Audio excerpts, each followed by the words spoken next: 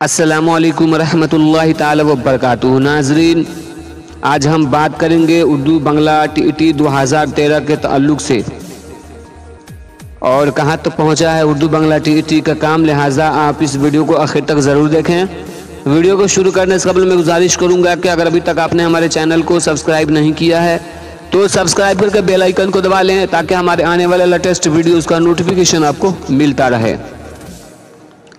دوستو، آج ہم بات کریں گے اردو بنگلہ ٹی 2013 کے تعلق سے۔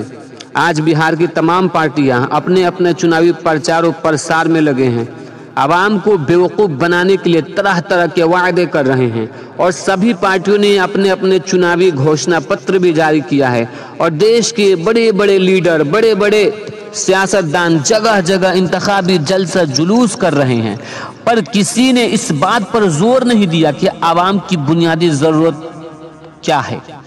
سبھی اونچ نیچ، ذات پات، مذہب، دھرم، مندر مسجد کے نام پہ گندی سیاست کر رہے ہیں۔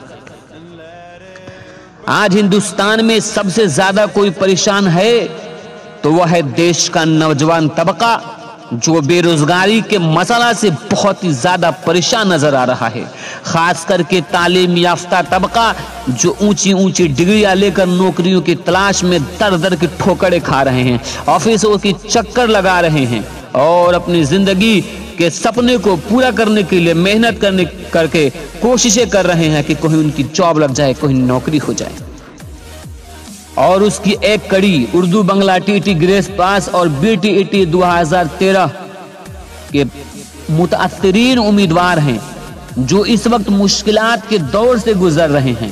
حکومت کی جانب سے کی گئی کوشش، یعنی HRD منترالیہ میں جو بہار سرکار نے لیٹر بھیجا تھا، اس کا بھی ابھی تک کوئی نتیجہ سامنے نہیں آیا ہے۔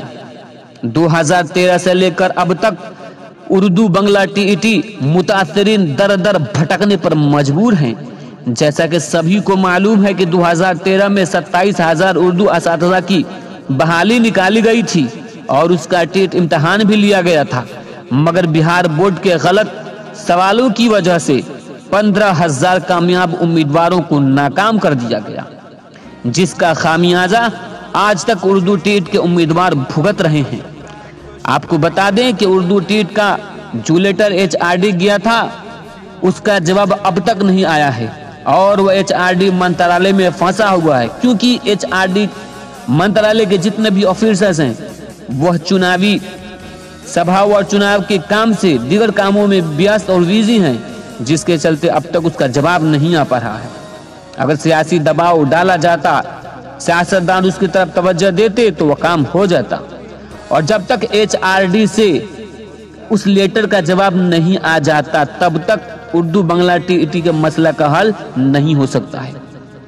اب ضرورت اس بات کی ہے کہ وہ کون سا طریقہ کار استعمال کیا جائے کہ HRD سے لیٹر کا جواب جلد موصول ہو۔